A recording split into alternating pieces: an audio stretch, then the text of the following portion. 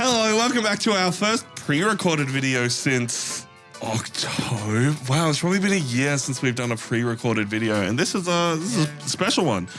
We have just done PAX. PAX Australia 2022 was an incredible time filled with board games and video games and RPGs and all kinds of fun stuff. My name is Tom. If you haven't been here before, we're Nerds of the West, and we are going to be showing you just a snippet of everything we got up to. We got a couple of other videos that are going to be coming out soon. Hey Reese, how you feeling? I'm pooped, man. I'm pooped. I'm cooked, man. It was 3 days of utter chaos. We also only have 2 microphones, so I'm going to be interviewing these 2 lovely people as we go. On my left, we have a Rebecca. Hello. And a Reese, who you just met. Hello. Guys, day 1 of PAX, we were already hitting the ground running. I don't know if you guys saw the internal of the hall, but it does not give you a good idea of just how many people fit into that space. It is utterly insane. And the tabletop area was huge this year. I think the total number ended up being like 20,000 people all up for the weekend or something. But it was very packed. May as well have been 20,000. Very packed. It felt like it, to be honest. Well, because it's like you guys had never done PAX before, no. so you didn't know what to expect. I've done PAX like 4 or 5 times, and I forgot. And there were more people here. I think like someone said PAX on Friday was pretty much what Saturdays usually feel like, and then PAX on Saturday was insane. Well, I know it was big enough to make national news because my dad back in Perth messaged me asking if we were at Max, and I was like, yes, we were at PAX. Boomers, am I right? That? I was straight into the tabletop area. Yeah. Tom went headfirst into the tabletop area. We and I don't didn't see him till Sunday. board game conventions. Yeah, pretty much. Legit. You guys decided to do panels and spend a bit more time in video games. Playing Necograms, which is a mobile/tablet game about getting cats to go to sleep on pillows. I lined up for one thing in the video game area for 10 minutes and they went, oh, these lines don't move, and bailed. Tom's like, I want to look at the Formula 1 car, and I'm like, that's pretty cool. See you, Tom. And then 10 minutes later, Tom's like, nah, the line wasn't moving. I'm like, you were there for 10 minutes. It moved once. The thing that I really like about it is that while all of those like big areas were super busy and had a lot of people lining up, it was the smaller areas like the tabletop and the indie areas where you could go and actually get hands-on experience with things. Hi, I'm Samara. I'm David. And together we're 1,000 Rats. We are currently kickstarting our game, Curses and Covens. It's an all-versus-one witch-themed card game where one person plays as a witch hunter. They're trying to nab all of the witches for themselves, and then everybody else plays as friendly townsfolk who are trying to shelter the witches and group them together to create covens, which will win them the game. Hey, I'm Jay. I'm the designer of Stoked, which is a surfing-themed board card game. It's pretty simple, but there's a little bit of strategy and complexity to it. You'd hope so. Yes. No, you just play a card and you win. That's it. Done. So Too Many Cooks is a cooperative card game for 2 to 6 players. We are a group of chefs working together to try to recreate the perfect soup. But we're quite fussy as well. We have some very specific tastes. The indie board game area this year was absolutely awesome. And not just the Collaboratory area. PAX Collaboratory was great, and I definitely want to swing back around to that and all the games we saw there. But there was an entire double road alleyway of just indie board games. Yeah. All stuff that had been specifically picked by PAX. So this is all stuff that people have been working on for years. Yeah. Just some amazing games. I didn't even get a chance to play I will say most of them. The board game area this year was probably the best laid out one that I've seen. They moved the PAX merch out, gave so much more space to the board gaming area. And it was just laid out a lot better as well. So yeah, once again, you guys don't know any of that. This year, the main demo spaces with all the big, lovely posters and all the big areas were split up, which it sounds like was new this year. So there was like 2 different ones from the guys at Let's Play Games, and then VR had both a Catan and Exploding Kittens area, and then their own huge area with an awesome board game passport that rewarded you for playing more board games, which is just genius. Well, great marketing. You'd usually have like your really big ones, and then just the rest would just be like, it's on the tables. Go sort it out. I think what really helped with that this year was there was the Collaboratory, which was a specifically run indie game space for people to play test.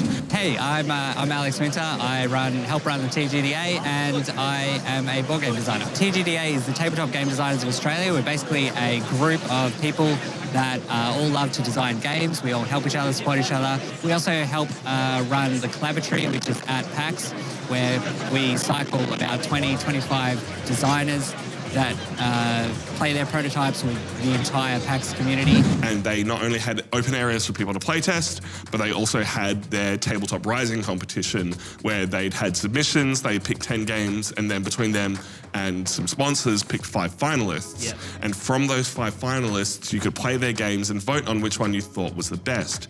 And that is going to be getting a print run, which was awesome to see. Like that support for local game developers, one, giving them good prototypes printed here in Australia, and 2, then letting them show that off, meet people, but got to chat with a lot of the developers. The game Stoked that won is absolutely awesome. There'll be a video of Jay, the creator of that, running that through on the channel at some point in the future. I, for one, am stoked to see it. And that's probably the biggest takeaway from PAX overall, is that there is so much love and support and awesome stuff getting made in Australia right now, which is just so incredible to see. The other really cool thing about it as well is that you went and like play tested these games, and like the developers were there actually asking for feedback as well. Like they were looking for your opinions so that you could say, hey, this is what worked really well and this is what wasn't. And it was like no idea was a bad idea, so it's just very unique. Yeah. I think the board game stuff at PAX this year, or PAX Aus specifically, that's the strongest it's ever been. Because we haven't had a PAX over here since 2019. Yeah. So, you know, like I think with companies like VR, Let's Play, Ghostfire, pretty much all the big ones that we work with or we're friends with, and the ones that we aren't. But like, I think having them have such more present in the Australian board game field really lent to PAX having a more larger dedicated space and a more organized dedicated space than previous years, which for me, as a board game fan, and as someone who makes board game related content. Wait, what? Yeah, you know. It makes me excited for future PAXs just to see it sort of go up and get more attention like that. It makes me really hopeful to have a proper board game dedicated convention in Australia in the future, because chatting with all these new people who we finally get to meet in person for the first time, yes, that is something all of us want. And the taste of it we got at PAX, doing like 20-minute demos and just being able to play whatever games are there and being able to hang out with other passionate people about board games is just... It is so different to anything I've ever experienced, and it filled my soul with warmth. Yeah. It was just incredible. We got to meet all the people from Good Games Publishing. So Kim, John Paul, who was the designer of Land vs. Sea, Chris Anthony, the designer of Guildmaster, our favorite game of 2020. I didn't get to meet Sean Lee, who's designing the next one that Good Games is supporting. Didn't get to play Drift, but the developer of that game was just like so passionate about. Drift looks sick. I'm very keen to play that in the future. Such a cool little mechanism. But also then other content creators. I spent so much time with the guys from Board Game Barbecue. My face lit up the second I ran into the people from Think Athema. There were the guys from Dice Men Cometh, and just people who... It takes a lot of energy to make board game content. Yeah. And the people who've like stuck it out, and they are absolutely wonderful people to be around and play games with, because everyone's having fun. It also then like humanizes those people that you only met through like a screen before and have only interacted with online. And I only have a parasocial relationship with. Yeah. So yeah, it was like super nice to be able to put faces to names and to just say, hey, this is an actual human being in front of me that, you know, we can finally have like a proper relationship with. I know I only got to chat with a few people for like a short period of time because, there was like a lot of people there, and I was like, I'm gonna go sit in a dark room and hide because bail out to a panel. your boy's not doing well in large crowds. But yeah, I only got to talk to a few creators at a time, but it was really cool to just actually chat to other people in WA. Like we have a lot of content creators in WA, but not in the same vein. The tabletop RPG space in WA is amazing right now. But and seeing those guys over there and their support was awesome, but board games is different. We're the board game guys in WA. So it's like when people are like, oh, we got board games, we'll come go see Nerds of the West. There's no other board game people in WA. So we're like trying to so meeting other board game people was just really, really fun. Other board game creators and stuff like that. And if you can't tell your boss, a little fried. This is 2 days after, and we're still I'm still absolutely tired. fried. I was running around the whole time. I was like, give me absolutely every minute of this that I can get. Yeah. But you guys, Yeah, Tom was there open to close pretty much every single day. And meanwhile, loving it. me and Reese are planning out when we can head back to the apartment and still come back in time to do something else. We're literally like, all right, we'll buy all of our stuff in the morning. We've been here for 2 hours. All right, let's go get a feed. All right. it did feel a little bit weird opening at 10, getting a feed, and then having another 11 hours to hang out. Yeah. And then I'm like, well, my bag's full, so I'm going to go back to the apartment. Get back to the apartment. I'm going to have a nap. All right, and then we'll go back to PAX. Yeah, you guys were definitely the panel experts this year. Yes. You checked out some awesome panels. I tagged along for the Acquisitions Incorporated Call of Cthulhu panel, which was really fun to see a system I've heard so much love about from Reese played out by awesome professionals. Not just awesome professionals, but the people who actually created PAX. Yeah. And it's also like, so like Acquisitions Incorporated, they usually do D&D stuff. They've started moving into Call of Cthulhu stuff. I fucking love Call of Cthulhu. I actually spent like $350 on Call of Cthulhu books this year. Loot video is probably going to be a separate video at this point because this one's taking too long. But that was an awesome panel. Got to see John Robinson do the Dark Room. So good to see him back in Australia. Such an amazing comedic talent. I found the one wrestling thing at PAX this year. Russell Brainier did a wrestling game trivia thing. We got a chance to check out Winter's Tales on the Dungeon Masters and Dragons panel, which was basically just a D&D roulette and very amusing and funny. Not all the panels were good, but that's kind of... We won't shit on panels, but it is always fun to go to panels not knowing what to expect and just having a time, we shall say. Yeah. Check out panels that sound interesting, even if you're not always 100% sure what's going to go on. Most of the panels are actually really good, though, and I do... we had a group of friends from Game on Oz who were part of How to Run a Charity stream. That was actually a really good panel, and it was really good to catch up with them as well. Very strange to catch up to people you've met online who are in the same city as you, yes, but in another state. I think I've seen more WA creators this weekend than I have in the past 5 years. So that is like... The meme of PAX is like, all my friends are going to PAX. I can't wait to hang out with them. Even though I could probably hang out with them this weekend because we all live in the same state. It's different when you're all seeing the stuff that you love. Yeah. We're speaking of, let's do one quick wrap up, one quick word or sentence to explain what PAX was to you this year, and then we'll do all the stuff you see in front of us is stuff we picked up at PAX. That'll be a separate video. All right, so my one word, and this is going to sound horrible, but I've been saying to this to people all weekend, and I mean this in the best possible way. My one word to sum up PAX is overwhelming. There was so many people, so many noises and sounds. I was like, oh, yep, this is a convention. I have not been to one of these in a long time. And and all in such a great way. But I'm ready for the long sleep, so.